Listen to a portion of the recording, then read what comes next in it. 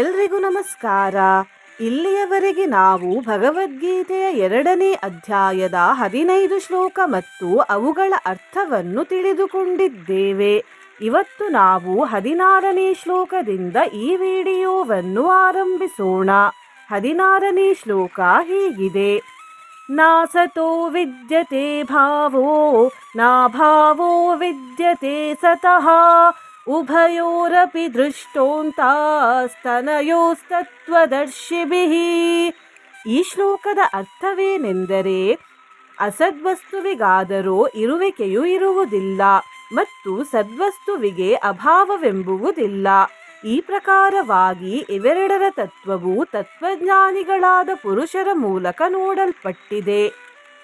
ಅವಿನಾಶೀ ತು ತದ್ವಿದ್ಧಿ ಯೇನ ಸರ್ವಮಿದಂ ತತಂ ವಿನಾಶಮವ್ಯಯಸ್ಯಾಸ್ಯ ನ ಕಶ್ಚಿತ್ ಕರ್ತುಮರ್ಹತಿ. ಈ 17ನೇ ಶ್ಲೋಕದ ಅರ್ಥವೇನೆಂದರೆ, ಯಾವುದರಿಂದ ಈ ಸಂಪೂರ್ಣ ದೃಶ್ಯ ಜಗತ್ತು ವ್ಯಾಪ್ತವಾಗಿದೆಯೋ ಅದನ್ನು ನೀನು ನಾಶರಹಿತವಾದುದೆಂದು ತಿಳಿ.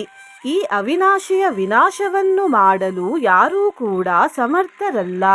ಅಂತವಂತ ಇಮೇ ದೇಹ ನಿತ್ಯಸ್ಯೋಕ್ತಾ ಶರೀರಿಣಃ ಅನಾಶಿನೋ ಪ್ರಮೇಯಸ್ಯ ತಸ್ಮಾದ್ಯುಧ್ಯಸ್ವ ಭಾರತ. ಈ ನಾಶರಹಿತನೂ ಅಪ್ರಮೇಯನೂ ನಿತ್ಯಸ್ವರೂಪನೂ ಆಗಿರುವ ಜೀವಾತ್ಮನ ಈ ಎಲ್ಲ ಶರೀರಗಳು ನಾಶ ಉಳ್ಳವುಗಳೆಂದು ಹೇಳಲಾಗಿದೆ. ಅದಕ್ಕಾಗಿ ಹೇ ಭರತವಂಶಿ ಅರ್ಜುನನೇ, ನೀನು ಯುದ್ಧ ಮಾಡು. ಈಗ 19ನೇ ಶ್ಲೋಕ ಮತ್ತು ಅದರ ಅರ್ಥವನ್ನು ತಿಳಿದುಕೊಳ್ಳೋಣ. ಈ ಎಲ್ಲ ಶ್ಲೋಕಗಳನ್ನು ಶ್ರೀಕೃಷ್ಣ ದೇವರು ಶ್ರೀ ಅರ್ಜುನರಿಗೆ ಹೇಳುತ್ತಿರುವುದು: ಯಯೇನಂ ವೇತ್ತಿ ಹಂತಾರಂ ಯಶ್ಚೈನಂ ಮನ್ಯತೆ ಹತಂ ಉಭೌ ತೌ ನ ವಿಜಾನೀತೋ ನಾಯಂ ಹಂತಿ ನ ಹನ್ಯತೆ. ಈ ಶ್ಲೋಕದ ಅರ್ಥವೇನೆಂದರೆ, ಯಾರು ಈ ಆತ್ಮನನ್ನು ಕೊಲ್ಲುವವನೆಂದು ತಿಳಿಯುತ್ತಾನೋ ಹಾಗೂ ಯಾರು ಇವನು ಸತ್ತವನೆಂದು ತಿಳಿಯುತ್ತಾನೋ ಅವರಿಬ್ಬರೂ ತಿಳಿದವರಲ್ಲ. ಏಕೆಂದರೆ ಈ ಆತ್ಮನು ವಾಸ್ತವವಾಗಿ ಯಾರನ್ನೂ ಕೊಲ್ಲುವುದೂ ಇಲ್ಲ ಮತ್ತು ಯಾರಿಂದಲೂ ಕೊಲ್ಲಲ್ಪಡುವುದೂ ಇಲ್ಲ.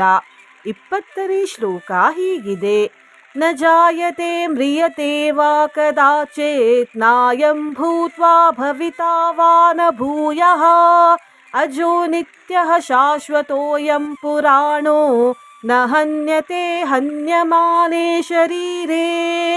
ಈ ಶ್ಲೋಕದ ಅರ್ಥವೇನೆಂದರೆ, ಈ ಆತ್ಮನು ಯಾವುದೇ ಕಾಲದಲ್ಲಿಯೂ ಹುಟ್ಟುವುದಿಲ್ಲ, ಸಾಯುವುದೂ ಇಲ್ಲ ಹಾಗೂ ಉತ್ಪತ್ತಿಯಾಗಿ ಮತ್ತೆ ಇರುತ್ತಾನೆಂಬುದೂ ಇಲ್ಲ. ಏಕೆಂದರೆ ಇವನು ಜನ್ಮರಹಿತನೂ ನಿತ್ಯನೂ ಸನಾತನನೂ ಮತ್ತು ಪುರಾತನನೂ ಆಗಿದ್ದಾನೆ. ಶರೀರವು ಕೊಲ್ಲಲ್ಪಟ್ಟರೂ ಕೂಡ ಇವನು ಕೊಲ್ಲಲ್ಪಡುವುದಿಲ್ಲ. ವೇದಾವಿನಾಶಿನಂ ನಿತ್ಯಂ ಯಯೇನಮಜಮವ್ಯಯಂ ಕಥಂ ಸ ಪುರುಷಃ ಪಾರ್ಥ ಕಂ ಘಾತಯತಿ ಹಂತಿಕಂ.